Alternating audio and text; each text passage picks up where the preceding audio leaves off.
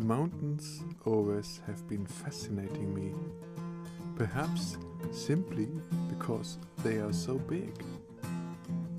As in the desert, we do feel so tiny and insignificant. Our hiking trails draw through the landscape here as little ant paths. Like ants, we often seem to run back and forth in a very similar way. Also, we live and die just like any other creature on this earth. We humans are part of the eternal cycle of life, in which we deeply connect with all living beings. We all share the same paper-thin ecosphere of this giant blue planet.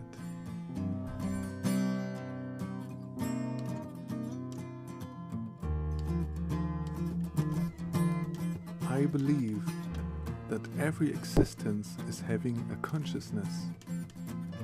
Consciousness seems to be the secret key for all this wonderful vitality. I am convinced it is just consciousness what only can produce life itself. I believe that every living thing has the ability of awareness.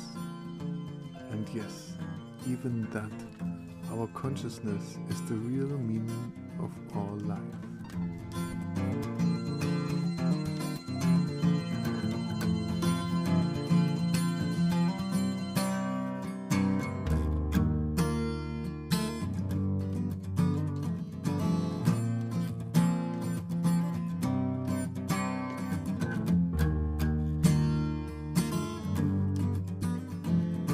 How often we are not even able to take good care of our own bodies, to exercise him well and to feed him healthy and not intentionally harm him.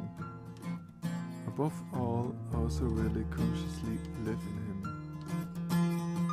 The poor joy to be able to have all these sensations and feelings.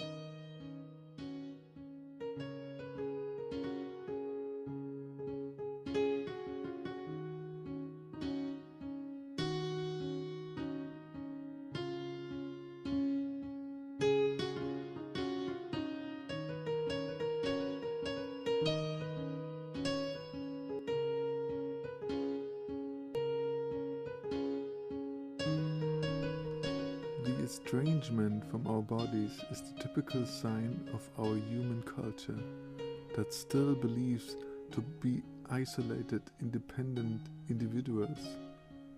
But it's just a wrong picture of the mind, a funny mistake of our intellect.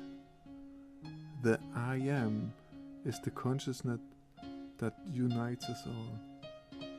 Even if we are maybe very different beings, it brings us straight to the most special thing that exists only here on Earth, life itself. It's the most amazing, most exciting, most valuable thing that can ever be. To be part of this life, to experience things. Because every experience is basically a timeless awareness in the here and now, the eternal moment of existence. The clouds drifting by in the sky, they throw their shifting shadows onto the huge flanks of the mountains. A majestic sight. All around me is endless beauty. The sun, the light, the colors, the warm energy of the sun rays given to us all. All this power, all these treasures, all this diversity. And behind all that is, almost like a tiny wallflower, the force of our love. A force which can be so strong like nothing else in this world. I love. There can be nothing greater than love.